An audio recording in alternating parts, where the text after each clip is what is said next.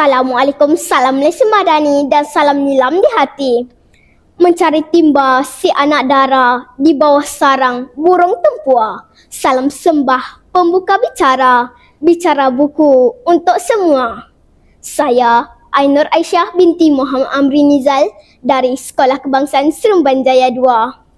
Sekolah saya terletak di daerah Seremban, Negeri Sembilan.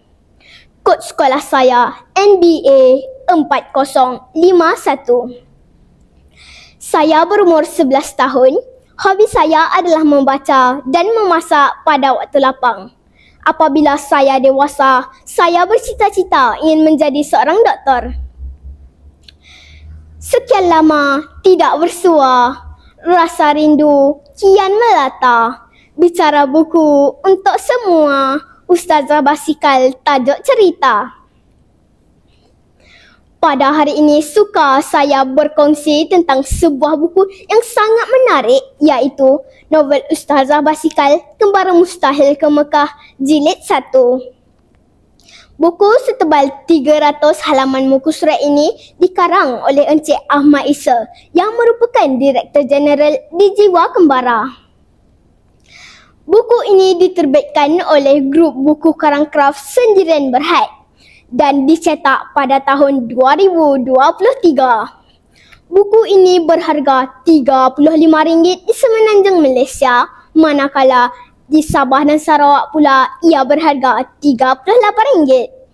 Cuma bagi saya, kualiti kertas dan bahan cetakan buku ini boleh dipertingkatkan lagi. Ayo bersama-sama saya kita menghayati kegagahan seorang ustazah Al-Quran yang mampu berbasikal dari Malaysia ke kota Mekah bersama-sama suaminya Ahmad Isa. Ahmad Isa merupakan seorang graduan seni bina dari Universiti Teknologi Malaysia. Untuk pengetahuan semua, buku ini merupakan kisah benar saudara Ahmad Isa dalam merealisasikan impian beliau. Dia nekat meletakkan jawatan untuk mengejar impiannya berbasikal dari Malaysia ke kota London. Beliau keluar mengembara bersama isterinya, iaitu seorang ustazah Al-Quran bernama Adila yang tidak pernah lagi keluar negara, apatah lagi dengan berbasikal. Ahmad menukar mindanya untuk pergi ke kota Mekah berbanding ke kota London bersama isterinya. Setahun masa yang diambil oleh Ahmad untuk mempersiapkan mental dan fizikal isterinya supaya tabah mengharungi pengembaraan yang penuh dengan dugaan serta cabaran.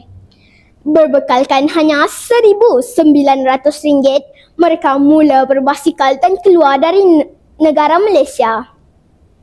Pelbagai ragam suka dan duka mereka lalui sepanjang perjalanan dari Malaysia menuju ke Thailand dan Myanmar.